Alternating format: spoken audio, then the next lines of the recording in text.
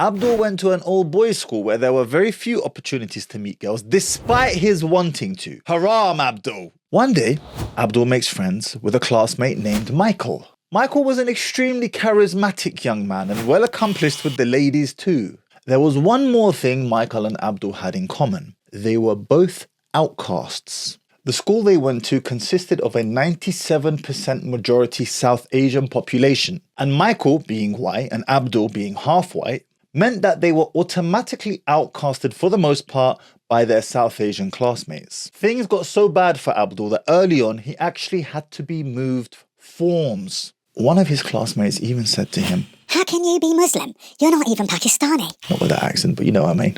Abdul immediately latched onto Michael and a sort of trauma bond built between them. Walking back home from school one day on a cold winter's evening, Michael asked Abdul, "How many girlfriends have you had then, mate?" "None," responded Abdul, slightly ashamed of his lack of experience in comparison to his Casanova friend. "Mate, I know bare girls. Don't worry, I'm going to fix that for you."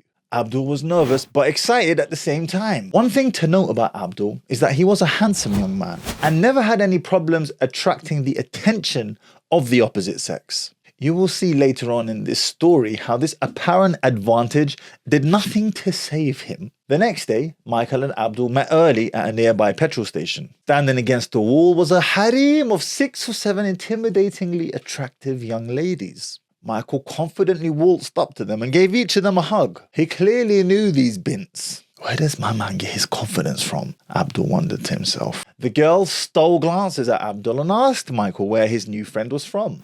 "This is my mate Abdul and we're trying to find him a girlfriend." Astaghfirullah, mate.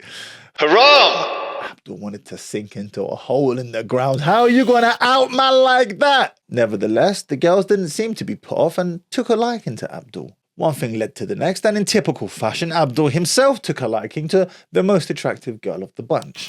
Not a basic Bushra, but nor was she Muslim. A solid 8 out of 10, Angela took a liking to Abdul too. Before you know it, Abdul and Angela were an item. Problem was, Abdul was too shy to do anything. I mean crippling shyness. Angela, a year younger than Abdul, seemed to possess all the confidence in the world and quickly wanted to progress this thing that her and Abdul had. Abdul was smitten, and after just 2 weeks, he was flicking through the old Argos catalogue to find an engagement ring to put on Angela's finger. Abdul wanted to marry her.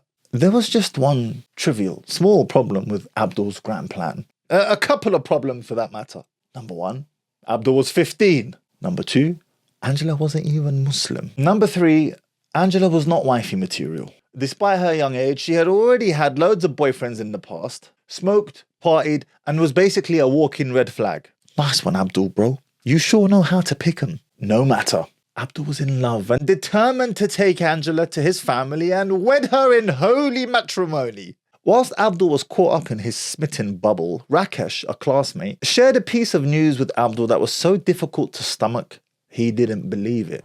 "Bro, Angela made out with my mate last night." Abdul was having none of it. No way, not a chance. But Rakesh was spilling all sorts of details that made it really difficult not to believe. Where she was, what time, what she said, why she did it, what she said about Abdul.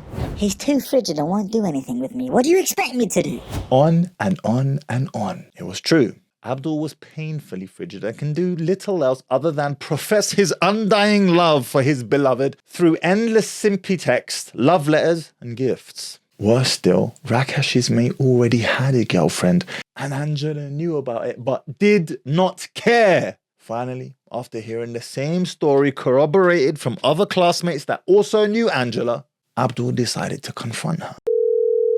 She wouldn't answer. Abdul knew where Angela lived and was left, he felt, with no choice but to knock on her door and find out for himself. These are white people, bruv. They don't care about their girlfriends having daughters. Lo and behold, her sister Jada opens the door and tells Abdul her sister's too ill to come down. "Tell me the truth, Jada. Is it true?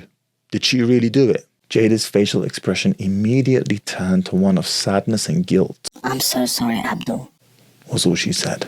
And at that, Abdul turned around, trudged down the garden path and walked home, never to talk to Angela ever again. Fast forward 15 years and Abdul now fears Allah, no longer has any haram activities in his life, and has 4 adoring wives. How?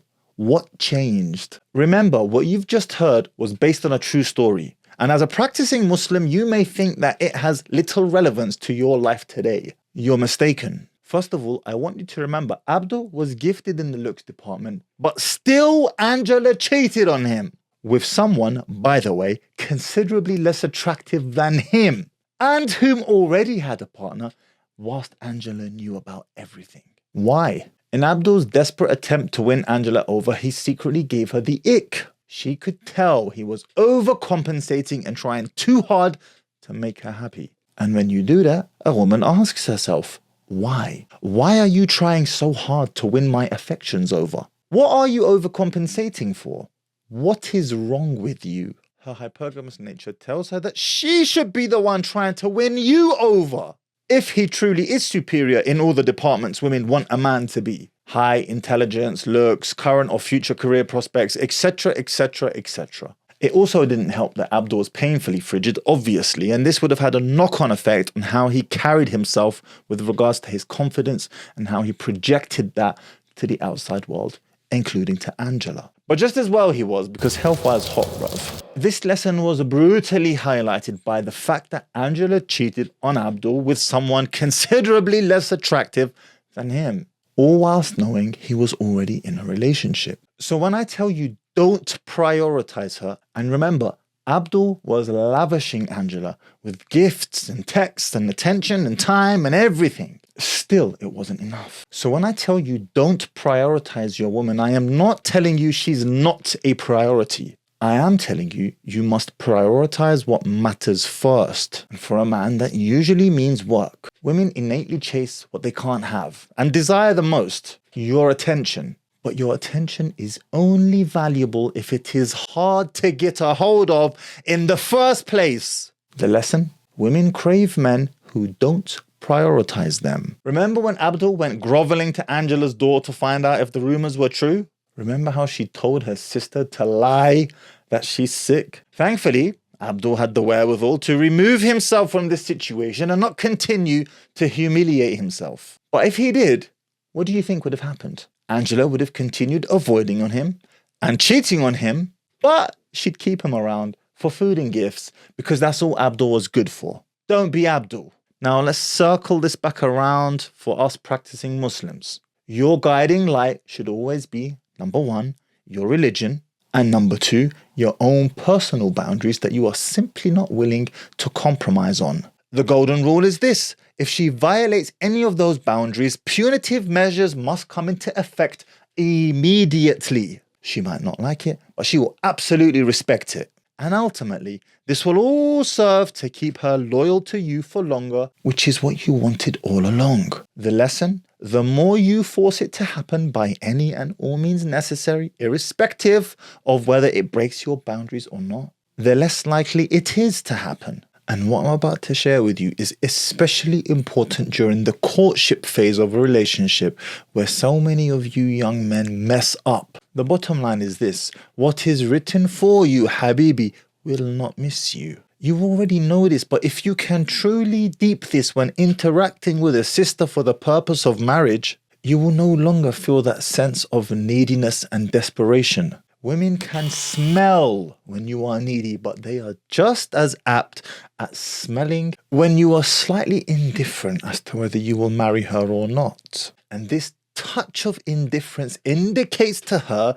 without you having to say it, that you are a man who has many options. And a man who has options, by definition, has social proof that other females want him. And women, being the notorious indecisive creatures that they are, desperately look for social proof that the man they are considering is a man who is coveted by other women too. Do you see how this works, Habibi? It's all connected. The lesson? Forego outcome dependency. I once considered a sister for marriage who was on paper a box ticker, but she had this habit of taking forever to respond to my calls and messages, sometimes even taking days. Her interest in me would blow hot and cold, and it made me so uncertain of where I stood with her, until I figured out why and how to flip the script. If you can relate to this experience, the video you see here is a must watch.